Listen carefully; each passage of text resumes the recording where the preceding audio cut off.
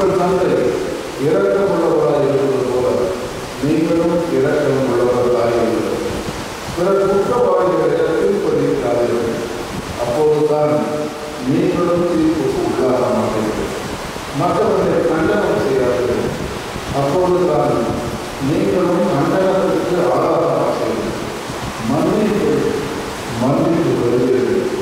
பொருட்கள் உங்களுக்கு கொடுக்கப்படும். அமுக்கி குலுக்கி சரிந்து விடும்படி நன்றாய் அளந்து உங்கள் வழியில் போடுவார்கள். நீங்கள் எந்த அளவையால் அளக்கிறீர்களோ அதே அளவையால் உங்களுக்கும் அளக்கப்படும்.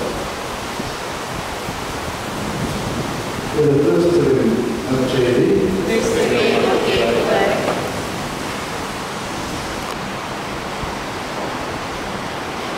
உங்கள் மடியில் கடவுளுடைய அருள் கொட்டப்படும். ஸோ எல்லாரும் உங்கள் மடியை இறைவனுக்கு காட்ட வேண்டும். கடவுள் தாராளமாக கொடுக்கிறார். அவற்றை நாம் முக்காவாசி வாங்கிட்டு போவதில்லை. மடி என்றால் உங்கள் மனம். இங்கே வந்துட்டு நம்ம ஏதோ எல்லாத்தையும் மூடி வச்சுட்டு திரும்பி போகும்போது எம்டியாக இருக்கும். அதுதான் ரியாலிட்டி.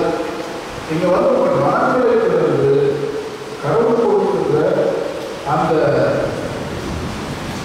இறை வார்த்தைகளையும் அருளையும் நாம் உருவாக்கி நாம் எடுத்து செல்கிற பொழுது உங்களுக்கும் பயன்படும், பிறருக்கும் அது பயன்படும்.